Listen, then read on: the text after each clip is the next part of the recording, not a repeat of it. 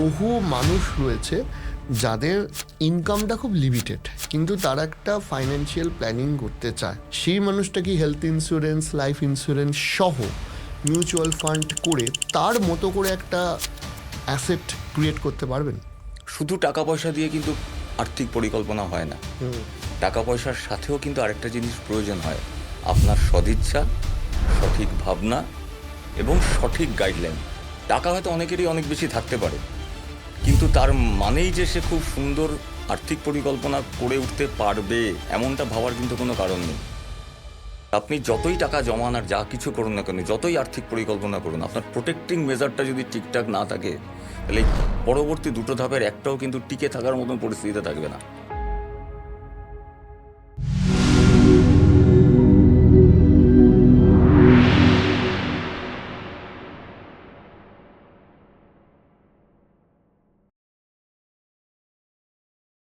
বহু মানুষ রয়েছে যাদের ইনকামটা খুব লিমিটেড, কিন্তু তারা একটা ফাইন্যান্সিয়াল প্ল্যানিং করতে চায়। মানে ধরুন কারোর 5,000 টাকা আছে, সেই মানুষটা কি হেলথ ইন্স্যুরেন্স, লাইফ ইন্স্যুরেন্স সহ মিউচুয়াল ফান্ড করে তার মতো করে একটা অ্যাসেট ক্রিয়েট করতে পারবেন? হ্যাঁ, বা অবশ্যই সেই পারবেন। প্ল্যানটা কি আপনারা দেন? একদম পারবেন। এবার একটু বুঝিয়ে বলুন যে কিভাবে পারবেন। আমি যখন কোনো মানুষের ফাইন্যান্সিয়াল প্ল্যানিং করতে বসি, বা কোনো মানুষ যখন আমার কাছে আসেন তার আর্থিক পরিকল্পনা সম্পর্কে একটি ধারণা নিতে, বা তখন আমি একটা জিনিস প্রথমে জানার চেষ্টা করি, তার পারিবারিক ব্যাকগ্রাউন্ডটা কী আছে, তার রোজগারের উৎসটা কী আছে, আর তিনি নিজেকে আজ থেকে 10, 15 বা 20 বছর পরে নিজেকে তিনি কোথায় দেখতে চাইছেন। ওকে। দেখুন, আপনার ভিউজগুলো যদি আমি না জানতে পারি, আপনার ইচ্ছেগুলোকে যদি আপনি আমার কাছে ব্যক্ত না করেন, আমি যদি না বুঝতে পারি, তাহলে কিন্তু শুধু টাকা পয়সা দিয়ে কিন্তু আর্থিক পরিকল্পনা হয় না।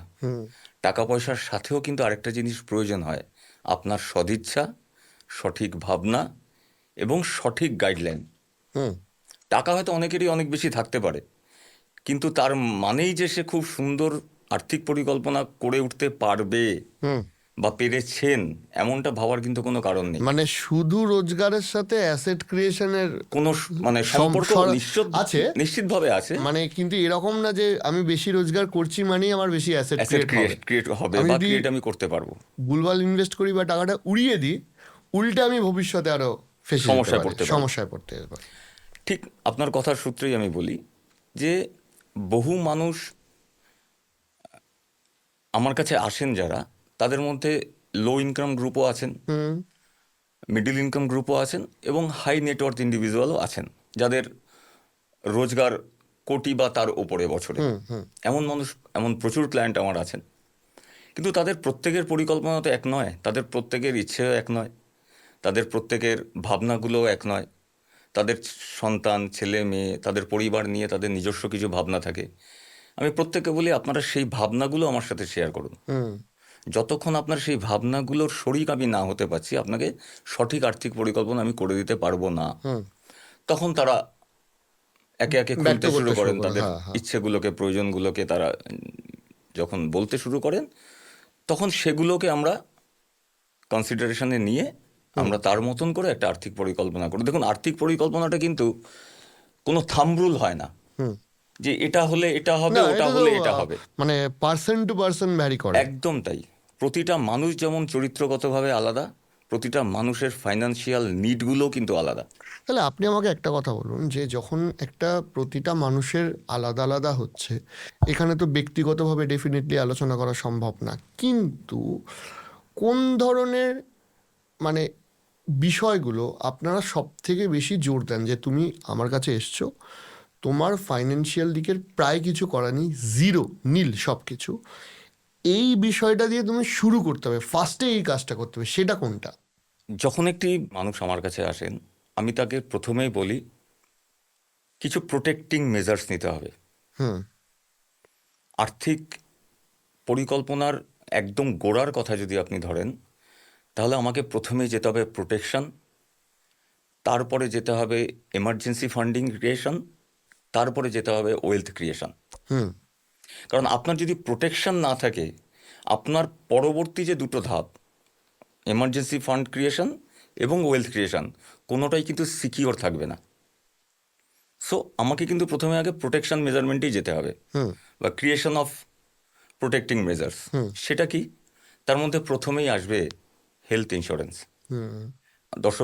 দর্শকদের অনেকেই হয়তো জানেন যে ভারতবর্ষে যত মানুষ একটি নির্দিষ্ট আর্থিক বছরে গরিবী সীমার নিচে নেমে আসে বা মধ্যবিত্ত থেকে সে নিম্নবিত্তে পরিণত হয়, তার অন্যতম কারণ হচ্ছে মেডিকেল এক্সপেন্ডিচার। মানে ভারতবর্ষের চিকিৎসা মূলত এই খরচা কারণেই মানুষ মধ্যবিত্ত থেকে গরিব হয়, মধ্যবিত্ত থেকে গরিব হয়ে যায়। বাড়ি ঘরদোর বিক্রি হয়ে যায়। বাড়ি ঘরদোর, জমি জায়গা, দোকানপাট বিক্রি করে দেওয়ার মতন ঘটনাও কিন্তু আমি আমার এই এত বছরের অভিজ্ঞতা আমি দেখেছি। তো আমি আপনাকে এই বিষয়ে একটা ছোট্ট উদাহরণ দিই, তাহলে আপনি বিষয়টা আপনার দর্শকদের আরো ভালোভাবে আপনি বুঝতে পারবেন। আমার এই গত ২৬ বছরের আর্থিক উপদেষ্টার আমার যে জীবনে আমি বহু মানুষকে দেখেছি যাদের আমি বহুবার অ্যাডভাইস করার পরেও প্রতিবার আমি যখন তাদের বলতাম যে ধরুন আমি তাকে একটা তার জীবন বীমার তার প্রিমিয়াম আনতে গেছি বা তিনি এসছেন আমার অফিসে, তাদের বলেছি যে আপনারা এটা তো করছেন, সাথে একটা হেলথ ইন্স্যুরেন্সও নিয়ে রাখুন। কিন্তু প্রতিবার তাদের উত্তর এসছে না আমরা কখন কি হবে, কবে কি হবে না হবে তার উপর বিশ্বাস, আপনি বরঞ্চ আরেকটা আমাকে লাইফ ইন্স্যুরেন্সের একটা এন্ডোমেন্ট পলিসি করে দিন, যখন প্রয়োজন হবে আমরা তখন, আর আমার তো জমি জায়গা আছে, প্রয়োজনে না হয় কিছু করা যাবে তখন।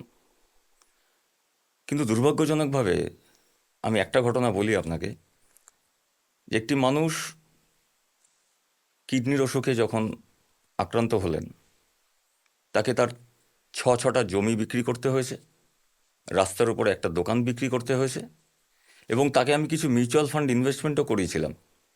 সেই টাকাগুলো তাকে সেখান থেকে রিডেম করাতে হয়েছে, তুলে নিতে হয়েছে, এবং যে কটা এলআইসির পলিসি ছিল প্রত্যেকটা পলিসি থেকে তাকে লোন নিতে হয়েছে শুধুমাত্র এই চিকিৎসা খরচ চালাবার জন্য। এবং পরে সেই মানুষটি আমার কাছে আক্ষেপ করেছেন যে সেদিন যদি আপনার কথাটা শুনতাম আজ আমার এই পরিণতি হতো না। তো সেই জন্যই আমি আপনাকে প্রতিদিন, মানে আমি আমার প্রত্যেকটা ক্লায়েন্টকে, আমি যারাই আসেন আমার কাছে প্রতিদিন, তাদের প্রত্যেকে আমি একটা কথাই বলি যে আপনি যতই টাকা জমান আর যা কিছু করুন না কেন, যতই আর্থিক পরিকল্পনা করুন, আপনার প্রোটেক্টিং মেজারটা যদি ঠিকঠাক না থাকে তাহলে এই পরবর্তী দুটো ধাপের একটাও কিন্তু টিকে থাকার মতন পরিস্থিতিতে থাকবে না। আচ্ছা, আমি আপনার কাছেও এই সূত্রে আসছি যে আপনি হেলথ ইন্স্যুরেন্সে দীর্ঘদিন বেশ কিছু আন্তর্জাতিক কোম্পানিতেও কাজ করেছেন এবং আপনার এক্সপিরিয়েন্স রয়েছে যে মানুষের সাথে কথা বলার, বহু মানুষের সাথে। ধরুন কখনো যখন হেলথ ইন্স্যুরেন্স একটা মানুষকে বলা হয়, সেখান থেকে কি কি ধরনের নেগেটিভ রিপ্লাই আসে যেটা তার জীবনে একটা মানুষের নিজের সম্পর্কে ভুল ধারণা, বা হেলথ ইন্স্যুরেন্স সম্পর্কে তাদের এই ভুল ধারণাটা আছে? মোস্টলি মানুষের কোয়েশ্চেন এটাই থাকে যে আমার এখন বয়সটা কম আছে, আমার এখন হেলথ ইন্স্যুরেন্স কিসের দরকার, যখন কিছু একটা ক্রিটিক্যাল হবে আমি তখনও নিয়ে নিতে পারি। আর আরেকটা বলে যে শুধু এটার তো কোনো রিটার্ন নেই, আমি প্রত্যেক বছর টাকাটা দিয়ে যাচ্ছি বাট ইন রিটার্ন আমি কিছু পাচ্ছি না, যখন কিছু হবে তখন কিছু একটা পাবো। সেটার জন্যে মানে মোস্টলি এই নেগেটিভ রিয়াকশনটাই আসে। ওকে, তো সেটাই, অর্থাৎ রোগ হলে ইন্স্যুরেন্স করব। হ্যাঁ। না, এখানে আমি একটা ছোট্ট যোগ করতে চাই, সেটা হচ্ছে যে দেখুন, হেলথ ইন্স্যুরেন্স যে শুধু আপনাকে ডিজিজের ক্ষেত্রেই ক্যাশলেস ফেসিলিটি দেবে ব্যাপারটা কিন্তু তা নয়। যে কোনো মুহূর্তে যে কোনো ধরনের দুর্ঘটনা মানুষের সাথে ঘটে যেতে পারে, সেটা কোনো একটা উঁচু জায়গা থেকে পড়ে যাওয়া হতে পারে, বা অন্য যে কোনো ধরনের এমনি পড়ে গিয়ে হাত পা ভেঙে যেতে হাত পারে। পা ভেঙে যেতে পারে, রাস্তাঘাটে তার দুর্ঘটনা ঘটতে পারে। সেক্ষেত্রেও কিন্তু আপনাকে হেলথ ইন্স্যুরেন্স পুরোপুরি কভারেজ দেবে। শুধুমাত্র ডিজিজ হলেই যে কভারেজ পাওয়া যায় এমনটা কিন্তু নয়। না, একদমই তাই। দুর্ঘটনাজনিত আঘাত পাওয়া থেকে শুরু করে সমস্ত যে কিছু, কোনো যে হসপিটালাইজেশনের কোনো ক্ষেত্রেই, হ্যাঁ, হসপিটালাইজেশনের কারণেই কিন্তু যে কোনো একটা আঙুল ভেঙে গেল বা মানে পার্মানেন্ট ডিসেবিলিটি না হোক, টেম্পোরারি হলো, বা ওর সব কিছুর জন্য এখন কাভারেজ আর পাওয়া যায়। এগুলো তো এই সামান্যগুলো তো এখন নার্সিংহোম বা যে কোনো জায়গায় গেলে একটা একটা ভালো হিউজ বিল করছে, হিউজ হ্যাঁ। অ্যামাউন্ট বিল হয়ে যায়। চিকিৎসা খরচাটা যেভাবে সাধারণ মানুষের হাতের নাগালের বাইরে চলে যাচ্ছে, সেদিকটা ওটা যদি, ব্যাংক অ্যাকাউন্ট থেকে দেওয়া সত্যি খুবই সেটা যদি কষ্টকর যে কোনো বিষয়। মানুষের জন্য, দেখুন মানুষ খুব পরিশ্রম করে পয়সা রোজগার করে।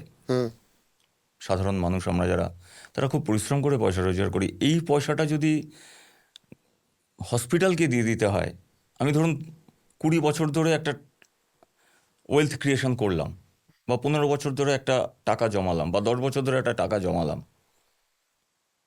একদিন সকালবেলা ঘুম থেকে উঠে আমাকে যদি সেই টাকাটা ধরে নিয়ে হসপিটালকে দিয়ে দিতে হয়, তাহলে আমি তো যেখান থেকে শুরু করেছিলাম আমি তো আবার সেখানেই ফিরে গেলাম।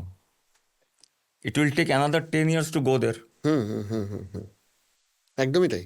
আচ্ছা, এইখানে আমি একটা জিজ্ঞেস করি যে অনেকেরই এই ধারণাটা আছে যে, যেটা উনি বলছিলেন যে আমার তো এখন রোগ নেই, এখন হেলথ ইন্স্যুরেন্স কেন করব বা ইত্যাদি।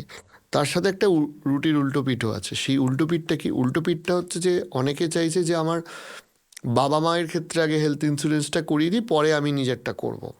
কিন্তু অনেকেরই ধারণা আছে যে 55-60 বছরের বাদে গিয়ে এখন হেলথ ইন্স্যুরেন্স হয় না, কিন্তু যেটা আজকের ডেটে সম্ভব। এই মোটামুটি কত বছরের বয়স্কদের ক্ষেত্রে কত বছর অবধি হেলথ ইন্স্যুরেন্সটা করা সম্ভব এখন? কোম্পানিগুলো কি অফার করছে? দেখুন, বিভিন্ন কোম্পানির বিভিন্ন ধরনের হেলথ ইন্স্যুরেন্স, একটু বয়স হয়েছে যাদের, কিন্তু তার মধ্যে আপনাকে বেছে নিতে হবে যে কোন পলিসিটা আমার বাবা মায়ের জন্য বা আমার বাড়ির বয়োজ্যেষ্ঠদের জন্য সঠিক। সে ব্যাপারে কিন্তু একজন আর্থিক উপদেষ্টাই বা আপনার বীমা উপদেষ্টাই কিন্তু, হুম হুম সেই অ্যাডভাইজারের কাছেই কিন্তু আপনি সবচাইতে ভালো জানতে পারবেন সেটা।